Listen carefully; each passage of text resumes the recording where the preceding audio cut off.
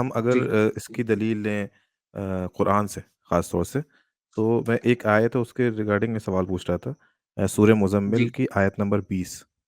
ہاں 73 کی 20، تو اس میں جس میں اللہ ہاں تعالیٰ فرما رہا ہے کہ اللہ تعالیٰ میں پڑھ دیتا ہوں، اللہ تعالیٰ جانتا ہے کہ تم آدھی رات کو یا 2/3 رات کو یا 1/3 رات کو اٹھتے ہو، اور اور تمہارے ساتھ بھی کچھ لوگ ہیں جو کھڑے ہوتے ہیں قیام میں، اور تو کچھ لوگوں کے لیے مشکل ہے، اور اس لیے اللہ تعالیٰ نے تم پر رحمت کری۔ اب کچھ لوگ بیمار بھی ہیں، اور جتنا ہو سکے اتنا پڑھ لیا کرو قیام اس طرح سے۔ تو کیا جی سوال کیا ہے؟ جی اس آیت کو ہم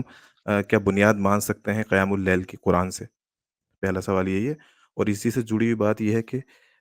اگر یہ والی بنیاد ہے اور یہ آیت جو ہے قیام اللیل کے بارے میں بات کر رہی ہے، تو یہ آدھی رات سے شروع ہو رہی ہے،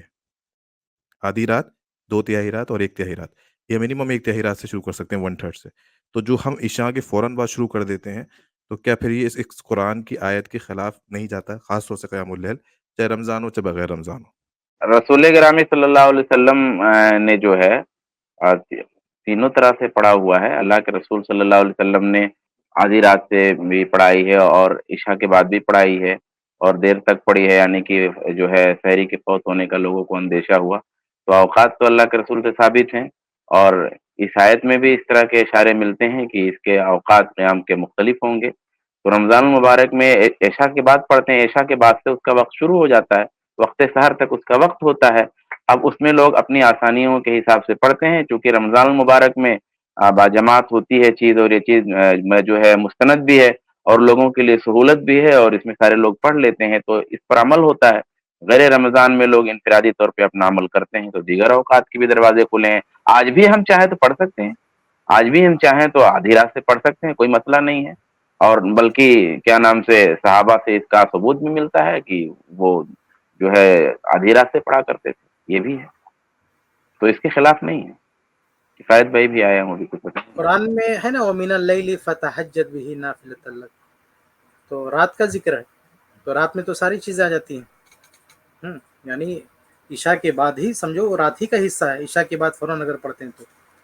تو اللہ کے نبی صلی اللہ علیہ وسلم سے، جیسا کہ شیخ شعبان نے کہا ہے، تراویح بھی عشاء کے فوراً بعد پڑھنا ثابت ہے، اور یہی تراویح جو عام دنوں میں جس کو تہجد کہا جاتا ہے،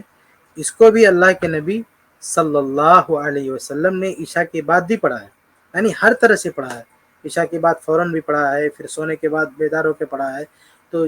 پوری رات میں، یعنی عشاء اور فجر کے بیچ میں، جیسا کہ اما عائشہ رضی اللہ تعالیٰ عنہ کی جو روایت ہے کہ اللہ کے نبی صلی اللہ علیہ وسلم عشاء اور فجر کے بیچ میں 11 رکعت پڑھتے تھے، تو عشاء اور فجر کے بیچ کا جو وقت ہے یہی تہجد کا وقت ہے، یہی تراویح کا وقت ہے۔ اس میں جس وقت بھی مناسب ہو، چاہے عشاء کے فوراً بعد، چاہے پھر رک کے، چاہے آدھی رات تک، چاہے آدھی رات کے بعد، چاہے آخری وقت میں، جب آدمی پڑھنا چاہے تو وہ پڑھ سکتا ہے، تو اس میں کوئی حرج کی بات نہیں ہے۔ ٹھیک، جی شکریہ شکریہ ضرور صاحب، سلمان السلام علیکم۔ بھائی، آپ نے جو ترجمہ کیا اس میں بھی ایک بات ہے کہ آپ نے جی جی، کہا کہ 1/3 سے اچھا ہاں، 1/3 سے، آدھے سے، 2/3 سے، حالانکہ اچھا یہاں پہ ادنا من ثلثی اللیل کہ اچھا اچھا اچھا 2/3 رات سے کم، ہاں مطلب یہاں پہ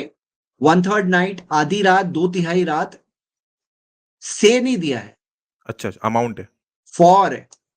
فرام نہیں ہے، اچھا اچھا اچھا، for nearly 2/3 of the night, تو ترجمے میں بھی مسٹیک تھی ایکچولی، وہ ٹھیک جہاں ٹھیک، سے آپ مطلب کا وہ سوال جو وہاں اماؤنٹ، سے پتا ہوا۔ اماؤنٹ ہے وہ اماؤنٹ، ٹھیک ٹھیک ہاں جی، ٹھیک، جزاک اللہ، السلام علیکم۔ السلام علیکم ورحمۃ اللہ وبرکاتہ۔ اس کلپ کی فل ویڈیو دیکھنے کے لیے ہمارے چینل پر ضرور آئیں۔ آئی پلس ٹی وی نے ایک نیا یوٹیوب چینل شروع کیا ہے جس کا نام ہے آئی پلس ٹی وی اختلاف کا حل۔ اس چینل پر صرف اختلافی مسائل پر ویڈیوز آئے گی، لیکن دلائل کے ساتھ اور بھائی چارگی کے ساتھ۔ آپ کو میں دعوت دیتا ہوں کہ آپ بھی ہمارے اس چینل کو سبسکرائب کریں، ہماری ویڈیوز کو شیئر کریں اور نوٹیفیکیشن آئیکن کو آل سلیکٹ کریں تاکہ آپ کو ہماری ویڈیوز کا نوٹیفیکیشن مل سکے۔ جزاک اللہ خیر، والسلام علیکم ورحمۃ اللہ۔